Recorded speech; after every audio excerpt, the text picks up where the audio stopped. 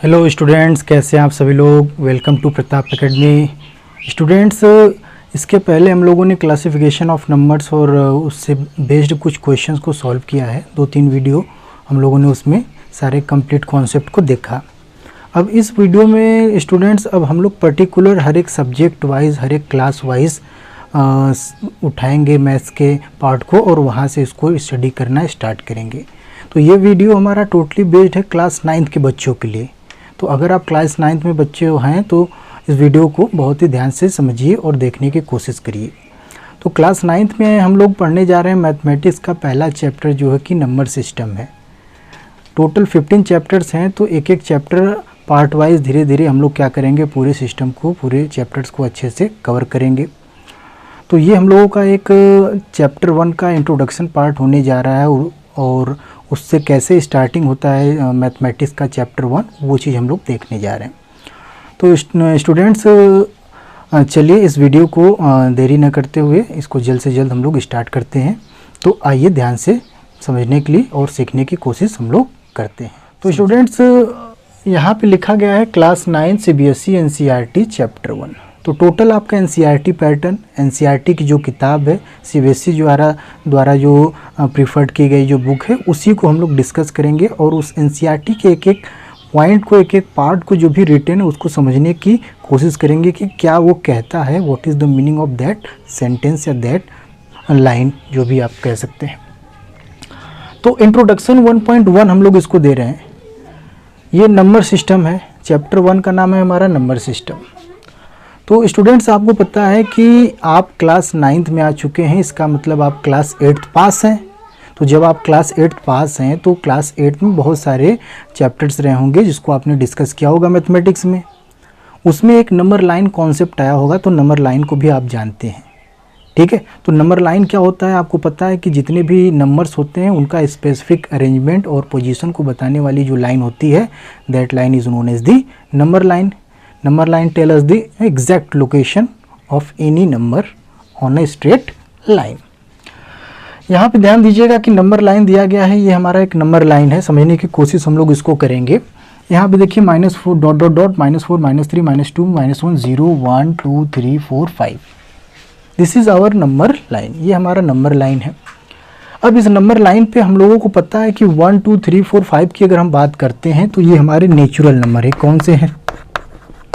ये हमारे natural number है, 1 2 3 4 5 एंड सो डॉट डॉट। ठीक है। अब आते हैं हम लोग जो है कि नेचुरल नंबर के आगे वाला जब 0 ऐड कर देते हैं तो ये हो जाता है हमारा होल नंबर। होल नंबर भी पता है कि 0 1 2 3 4 5 एंड सो डॉट डॉट।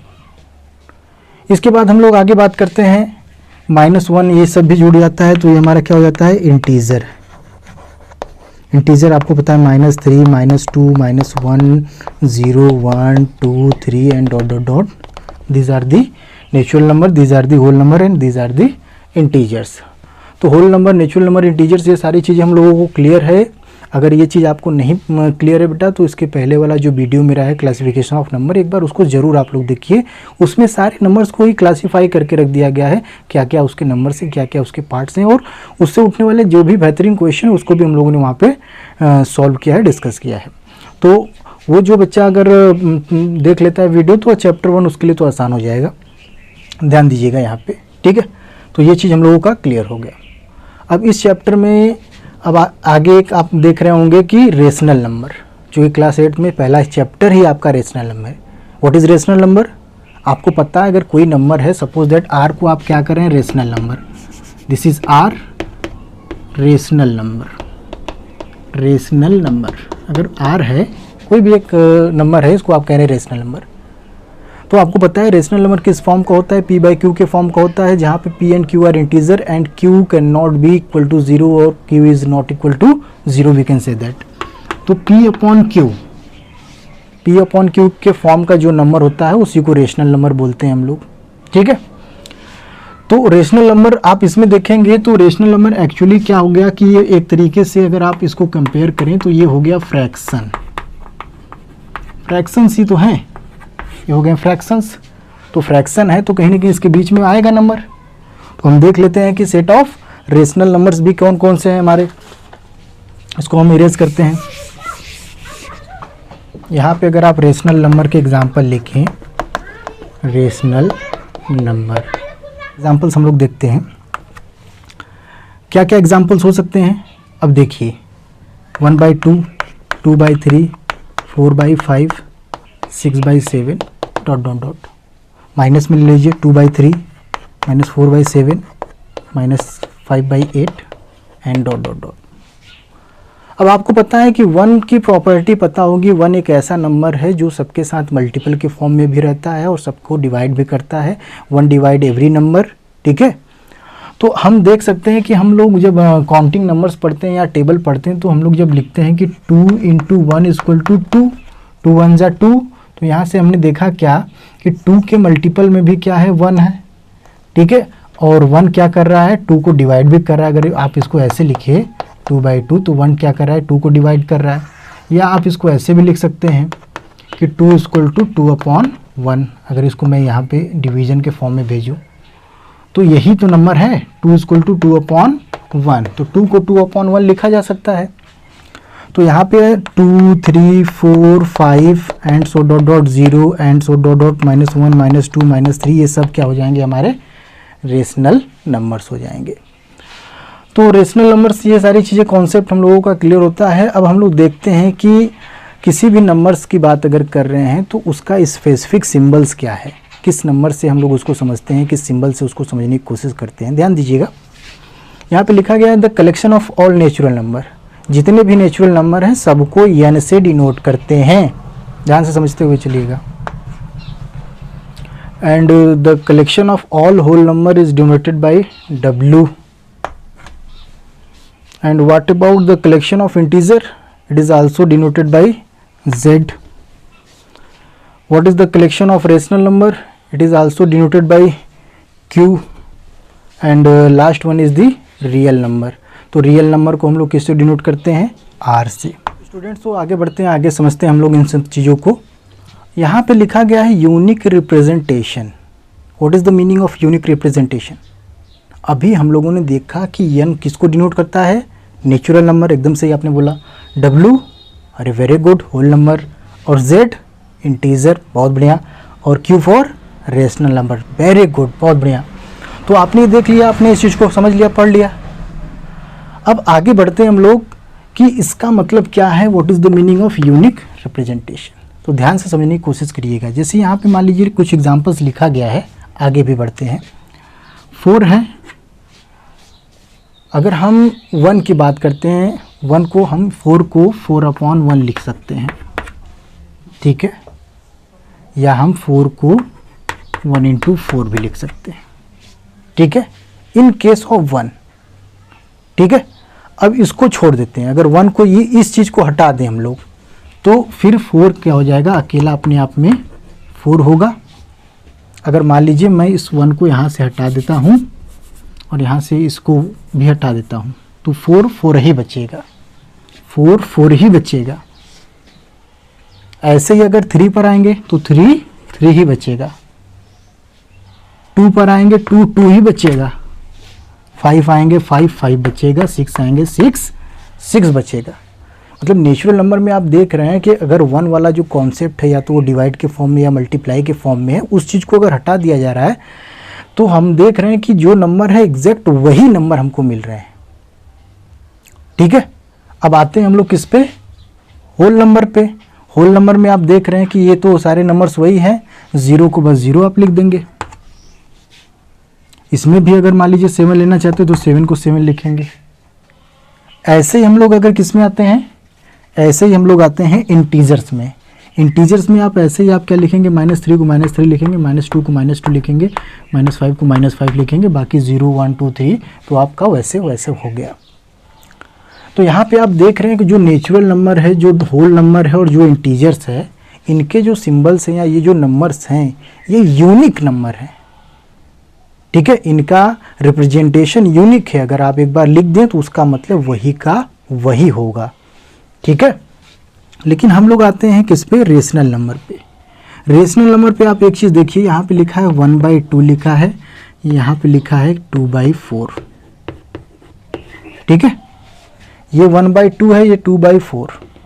अब देखो अगर हम इन दोनों को देखें तो ये दोनों दूसरे अलग अलग नंबर जैसा दिख रहे हैं, लेकिन कहीं ना कहीं हमारे दिमाग में एज अ सेंस ये काम कर रहा है कि ये दोनों एक ही नंबर है। हमारा माइंड, हमारा सेंस ये कह रहा है कि नहीं, दोनों एक ही नंबर है।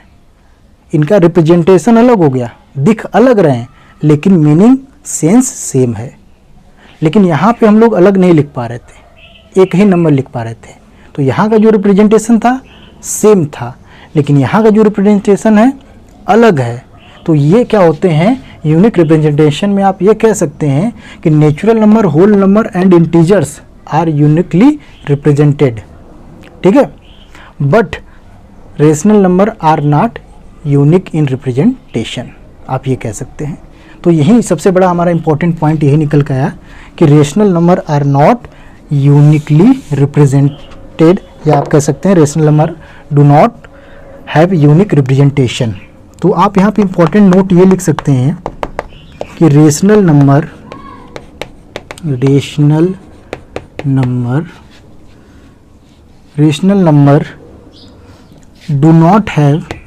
Do not have unique representation.